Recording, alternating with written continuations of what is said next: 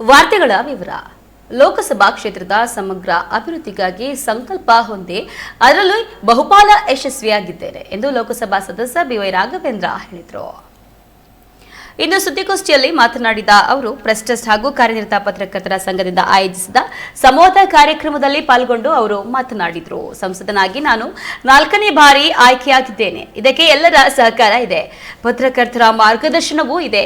ಕೇಂದ್ರ ಸರ್ಕಾರದ ಸಹಕಾರದೊಂದಿಗೆ ಮತ್ತು ಕೇಂದ್ರದ ಹಲವು ಯೋಜನೆಗಳ ಅಡಿಯಲ್ಲಿ ಬೈಂದೂರು ಸೇರಿದಂತೆ ಇಡೀ ಲೋಕಸಭಾ ಕ್ಷೇತ್ರದ ಅಭಿವೃದ್ಧಿಗೆ ಪಣ ತೊಟ್ಟಿದ್ದೇನೆ. ಸಾಕಷ್ಟು ಅಭಿವೃದ್ಧಿ ಕಾರ್ಯವು ನನ್ನ ಅವಧಿಯಲ್ಲಿ ಆಗಿದೆ, ಆಗಬೇಕಾದದ್ದು ಇದೆ. ಎಲ್ಲರ ಸಹಕಾರದಲ್ಲಿ ಕ್ಷೇತ್ರದ ಅಭಿವೃದ್ಧಿಗೆ ಮತ್ತಷ್ಟು ಕಂಕಣಬದ್ಧನಾಗಿದ್ದೇನೆ ಎಂದು ಪತ್ರಿಕಾ ಭವನದಲ್ಲಿ ಅವರು ಹೇಳಿದರು.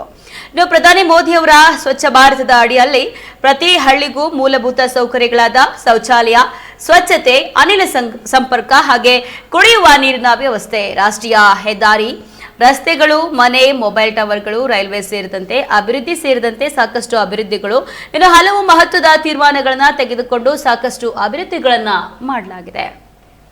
ಇನ್ನು ಶಿವಮೊಗ್ಗ ಲೋಕಸಭಾ ಕ್ಷೇತ್ರದ ವ್ಯಾಪ್ತಿಯಲ್ಲೂ ಕೂಡ ಹಲವು ಅಭಿವೃದ್ಧಿಗಳು ಈಗಾಗಲೇ ಮುಗಿದಿವೆ ಎಂದರು. ಇನ್ನು ಶಿವಮೊಗ್ಗಕ್ಕೆ ವಂದೇ ಭಾರತ್ ರೈಲನ್ನ ತರುವ ಕುರಿತು ಸಾರ್ವಜನಿಕರಲ್ಲಿ ಹೆಚ್ಚಿನ ನಿರೀಕ್ಷೆ ಇದೆ. ಆದರೆ ಈ ರೈಲು ಆರಂಭ ಆಗುವುದಕ್ಕೆ ಕೋಟೆಗಂಗೂರಿನ ರೈಲ್ವೆ ಟರ್ಮಿನಲ್ ಕಾಮಗಾರಿ ಪೂರ್ಣಗೊಳ್ಳುವುದು ಅತ್ಯಗತ್ಯ ಆಗಿದೆ. ಇನ್ನು ವಂದೇ ಭಾರತ್ ರೈಲ್ಗೆ ಅಗತ್ಯ ಇರುವ ಶುಚಿಗೊಳಿಸುವಿಕೆ, ನಿರ್ವಹಣೆ ಮತ್ತು ಪ್ಲಾಟ್ಫಾರ್ಮ್ ಸೌಲಭ್ಯಗಳು ಕೋಟೆಗಂಗೂರು ಟರ್ಮಿನಲ್ನಲ್ಲಿ ಲಭ್ಯ ಇರಲಿವೆ. ಅಲ್ಲಿಯವರೆಗೆ ತಾಂತ್ರಿಕ ಕಾರಣಗಳಿಂದಾಗಿ ವಂದೇ ಭಾರತ್ ರೈಲು ಸಂಚಾರ ಆರಂಭಿಸುವುದು ಸ್ವಲ್ಪ ವಿಳಂಬ ಆಗಬಹುದು ಎಂದು ತಿಳಿಸಿದರು. ಸ್ನೇಹಿತರು, ಒಳ್ಳೆ ನಾವು ಬೇರೆ ಬೇರೆ ಇನ್ಫ್ರಾಸ್ಟ್ರಕ್ಚರ್ಗಿಂತ ಮೊದಲು ಮೂಲಭೂತ ಸೌಕರ್ಯ, ಆ ಮನೆಗಳಿಗೆ ಬೇಕಾದಂತ ಒಂದು ಅನಿವಾರ್ಯತೆ ಪ್ರಧಾನಮಂತ್ರಿ ಘೋಷಣೆ ಮಾಡಿದ್ರು, ಅದನ್ನು ಇಂಪ್ಲಿಮೆಂಟ್ ಅನ್ನು ಮಾಡಿದ್ರು. ಅದು ಶಿವಮೊಗ್ಗ ಕ್ಷೇತ್ರದಲ್ಲೂ ಕೂಡ ಸ್ವಚ್ಛ ಭಾರತ್ ಅಡಿಯಲ್ಲಿ ಎಷ್ಟೋ ಲಕ್ಷಗಟ್ಟಲೆ ಶೌಚಾಲಯಗಳು ಬಂತು, ಮನೆಗಳು ಬಂತು. ಬಡವರ ಮನೆಯಲ್ಲಿ ಒಂದು ಕಾಲದಲ್ಲಿ ಗ್ಯಾಸ್ ಸಿಲಿಂಡರ್ ಕನೆಕ್ಷನ್ ಅಂದರೆ ಅದು ಕೇವಲ ಶ್ರೀಮಂತರಿಗೆ, ಗೌಡ್ರ ಮನೆಗೆ ಮಾತ್ರ. ಗೌಡ್ರು ಅಂದರೆ ಶ್ರೀಮಂತರು ಅಂತ, ಮತ್ತೆ ಯಾರು ತಪ್ಪರ್ಥ ಮಾಡ್ಕೊಳೋದು ಬೇಡ, ಶ್ರೀಮಂತರ ಮನೆ ಅಂತೇಳಿ. ಆದರೆ ಇವತ್ತು ಕಡು ಬಡವರನ್ನು ಕೂಡ ಗುರುತಿಸಿ ಪರಿಜಾತಿ ಪರಿಶ್ರಮ ಪಂಗಡದ ಕೇರಿಗಳಿಗೆ ವಿತೌಟ್ ಎನಿ ಡೆಪಾಸಿಟ್ ಕೇವಲ 500 ರೂಪೀಸ್ ಕಟ್ಟಿ ಅವರಿಗೆ ಅನಿಲ ಸಂಪರ್ಕವನ್ನು ಕೊಟ್ಟು ಎಷ್ಟೊಂದು ಸಾಮಾಜಿಕವಾದಂಥ ಒಂದು ಬದಲಾವಣೆ ಅಂದರೆ, ಪಾಪ ಒಲೆ ಉರಿ ಮಾಡ್ತಾ ಇದ್ಲು, ಅಡುಗೆ ಮಾಡೋಂಥ ತಾಯಿ ಮಕ್ಳಿಗೆ ಒಳ್ಳೇದಾಗಲಿ ಅಂತೇಳಿ ಆ ಒಂದು ಕಟ್ಕೆ ಸೌದೆ ಇಟ್ಟು ಒಲೆ ಉರಿ ಮಾಡಿ ಅವಳು ಹೊಗೆ ಕುಡಿದು ಅಸ್ತಮರಗೆ ಹೋಗಿ ತುತ್ತಾಗಿ ಮಕ್ಕಳಿಗಿಂತ ಬೇಗ ಅವಳು ಭೂಮಿಯಲ್ಲಿ ಮಣ್ಣಾಗಿ ಹೋಗ್ತಾ ಇದ್ದಂಥ ಉದಾಹರಣೆಗಳು ನಾವು ನೋಡ್ತಾ ಇದ್ವಿ. ಅಂದರೆ ಆರೋಗ್ಯವಾದಂಥ ಸಮಾಜವನ್ನು ಕಟ್ಟುವಂಥ ಕಾರ್ಯಕ್ರಮ ಇರ್ಬೋದು. ಉದಾಹರಣೆಗೆ ಜಲ್ ಜೀವನ್ ಮಿಷನ್ ಬಗ್ಗೆ ಚರ್ಚೆ ಆಗ್ತಾ ಇದೆ. ಸಂಕಲ್ಪ ಮಾಡಿದ್ದಾರೆ, ದೇಶದ ಪ್ರತಿಯೊಬ್ಬ ಮನೆಗೂ ಕೂಡ ಟ್ಯಾಪ್ ವಾಟರನ್ನು ಕೊಡಬೇಕು. ಅವ್ರು ಮಾಡಿದ ಮೊದಲೇ ಕಾರ್ಯ ಏನು, ಜಲ್ ಜೀವನ್ ಮಿಷನ್ ಮುಖಾಂತರ ಮೊದಲು ಟ್ಯಾಪ್ ಕನೆಕ್ಷನನ್ನು ಮಾಡುವಂಥ ಕೆಲಸ ಆಯಿತು. 2% ರೈಲ್ವೆ ಇನ್ಫ್ರಾಸ್ಟ್ರಕ್ಚರ್ನ ಎಲೆಕ್ಟ್ರಿಫಿಕೇಶನ್. ಅಂದರೆ ಇದೆಲ್ಲದೂ ಕೂಡ ದೇಶದ ಒಂದು ಪೊಲ್ಯೂಷನನ್ನು ಉಳಿಸೋಕ್ಕೆ ಮೊದಲು ಕಲ್ಲಿದ್ದಲನ್ನು ಉಪಯೋಗಿಸ್ಕೊಂಡು ರನ್ ಮಾಡ್ತಿರೋಂಥ ಇಂಜಿನ್ ಏನಿತ್ತು, ಇವತ್ತು ಎಲೆಕ್ಟ್ರಿಫಿಕೇಶನ್ ಆಯಿತು ಪರಿಸರ ಉಳಿಲಿಕ್ಕೋಸ್ಕರ. ಅಂತ ಒಂದು ರಾಜಧಾನಿ ದೆಹಲಿಯಲ್ಲೂ ಕೂಡ ಮೂಗು ಮುಚ್ಕೊಂಡು ಓಡಾಡೋಂಥ ಒಂದು ಕ್ಯಾಪಿಟಲ್ ಸಿಟಿ. ಮೊನ್ನೆ ಗೌರವಿತ ಸುಧಾಮೂರ್ತಿಗಳು ಅವ್ರ ಜೊತೆಗೆ ನಾನು ಫ್ಲೈಟಲ್ಲಿ ಹೋಗೋಂಥ ಡೆಲ್ಲಿ ಹೋಗಬೇಕಾದಾಗ ಯಾವತ್ತೂ ಕೂಡ ಡೆಲ್ಲಿಗೆ ನನ್ನ ಯಜಮಾನರು ಬರಲ್ಲ, ಯಾವುದೇ ಕಡೆ ಡೆಲ್ಲಿ ಕಡೆ ಮುಖ ಹಾಕಲ್ಲ ಅಂತ. ಯಾಕೆ ಅಂತ ಹೇಳಿದ್ರು ಅವರು, ಪೊಲ್ಯೂಷನ್ ಇದೆಯಪ್ಪ, ಯಾವುದೇ ಕಾರಣಕ್ಕೂ. ಯಾಕಂದರೆ ಪಾರ್ಲಿಮೆಂಟ್ ಟೈಮಲ್ಲಿ ಒಂದೊಂದು ತಿಂಗಳು ಗಟ್ಟಲೆ ಪಾಪ ಆ ಮಹಿಳೆಯಲ್ಲಿ ಡೆಲ್ಲಿಲಿ ಇರಬೇಕಾಗತ್ತೆ, ಕುಟುಂಬ ಬರ್ತಾರ ಹೇಗೆ ಅಂತ ವಿಚಾರಿಸಿದಾಗ ಅವ್ರು ಹೇಳಿದ ಮಾತು ಒಂದೇ.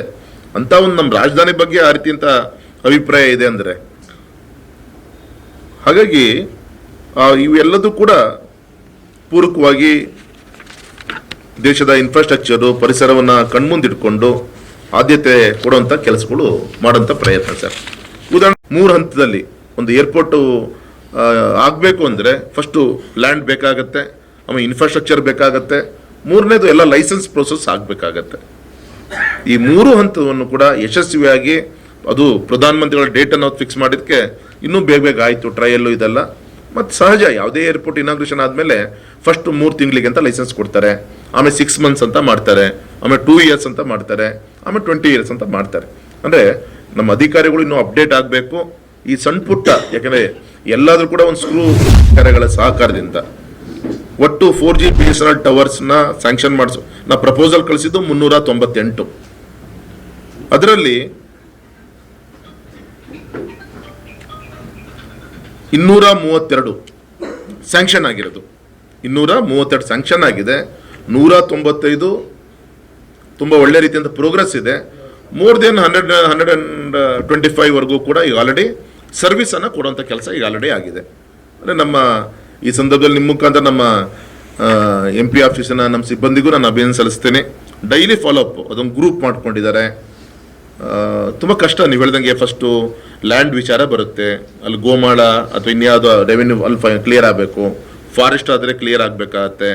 ಆಮೇಲೆ ಅದು 3 ಸ್ಟೇಜು, ಟವರಿಗೆ ಒಬ್ಬರ ಟೆಂಡರು, ಅದಾದಮೇಲೆ ಅಲ್ಲಿ ಟ್ರಾನ್ಸ್ಮಿಟರ್ ಕೂರ್ಸೋಂಥವ್ರಿಗೆ ಇನ್ನೊಬ್ರು ಟೆಂಡರು, ಆಮೇಲೆ ಕಲೆಕ್ಷನ್ ಕೊಡಲಿಕ್ಕೆ ಸರ್ವಿಸ್ ಕೊಡ್ಲಿಕ್ಕೆ ಅದಕ್ಕೆ ಒಬ್ಬೊಂದು ಟೆಂಡರ್. ಇವೆಲ್ಲ ಗ್ಲೋಬಲ್ ಟೆಂಡರ್ಗಳು ಇಡೀ ದೇಶದಲ್ಲಿ ಆಗಿದೆ. ಅಂದರೆ ಒಂದು ಅಭಿಮಾನ ಅಂದರೆ ನಮ್ಮ ಇಡೀ ದೇಶದಲ್ಲಿ ಮೊನ್ನೆ ಪ್ರಧಾನಮಂತ್ರಿಗಳು 9,000 ಟವರ್ಗಳನ್ನು ಇನಾಗ್ರೇಷನ್ ಮಾಡಿದ್ರು.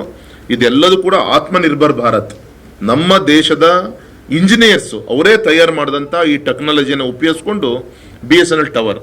ಯಾಕಂದರೆ ದುಡ್ಡಿದ್ರೂ ಕೂಡ ಇದು ಇಷ್ಟೊಂದು ಫಾಸ್ಟಾಗಿ ಇಡೀ ದೇಶದಲ್ಲಿ ಟವರ್ಗಳನ್ನು ಹಾಕಬೇಕು ಅಂದರೆ ಅದಕ್ಕೆ ಮೆಟೀರಿಯಲ್ಸ್ ಸಿಗಲ್ಲ. ನಮ್ಮ ದೇಶದಲ್ಲೇ ಆ ಟ್ರಾನ್ಸ್ಮಿಟರ್ಸ್ಗಳನ್ನು ತಯಾರು ಮಾಡೋಂಥ ಪ್ರಯತ್ನವನ್ನು ಮಾಡಿ ಕೊಡೋಂಥ ಕೆಲಸ ಆಗಿದೆ. ಕೆಲವು ಕಡೆಗೆ ಇನ್ನೂ ಕೂಡ 2G ಸರ್ವಿಸ್ ಏನಿದೆ ಅಲ್ಲಿ 4G ಎಲ್ಲ ಆಗಿದೆ. ಅಲ್ಲಿ ಇನ್ನೂ ಕೂಡ ಕೀಪ್ಯಾಡ್ ಏನು ಫೋನ್ ಇಟ್ಕೊಂಡಿದ್ದಾರೆ, ಅವ್ರಿಗೆ ಸ್ವಲ್ಪ ಡಿಸ್ಟರ್ಬ್ ಆಗ್ತಾ ಇದೆ. ಆ ಕೀಪ್ಯಾಡನ್ನು ಕೂಡ ಆ ಸಿಮ್ಮನ್ನು ಬದಲಾವಣೆ ಮಾಡ್ಕೊಂಡು ಅದೇ ನಂಬರ್ಗೆ ಬೇರೆ ಸಿಮ್ಮನ್ನು ಹಾಕ್ಕೊಂಡು ಅಪ್ಗ್ರೇಡ್ ಮಾಡ್ಕೊಬೇಕಾಗತ್ತೆ.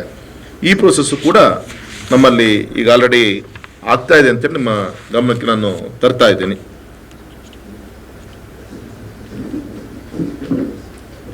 ವಿಶೇಷವಾಗಿ ರೈಲ್ವೆ ಕ್ಷೇತ್ರದಲ್ಲಿ ಸಾಕಷ್ಟು ಅಭಿವೃದ್ಧಿ ನಮ್ಮ ಶಿವಮೊಗ್ಗ ಕ್ಷೇತ್ರ ಆಗ್ತಾ ಇದೆ. ಕೋಟೆಂಗೂರು ಕೋಚಿಂಗ್ ಡಿಪೋ ಇದೊಂದು ಗೇಮ್ ಪ್ಲೇಯರ್ ಅಂತ ಏನು ಹೇಳ್ತಾರೆ, ಆ ರೀತಿಯ ಒಂದು ಕೇಂದ್ರ ಆಗುತ್ತದು. ಅದಾಯಿತು ಅಂದರೆ ನನಗೆ ಇನ್ನೂ ಹೆಚ್ಚು ನಮಗೆ ಈ ಭಾಗದಲ್ಲಿ ನಮಗೆ ಶಕ್ತಿ ಸಿಗಲಿಕ್ಕೆ ಅನುಕೂಲ ಆಗುತ್ತೆ. ವಿಶೇಷವಾಗಿ ನಮಗೆ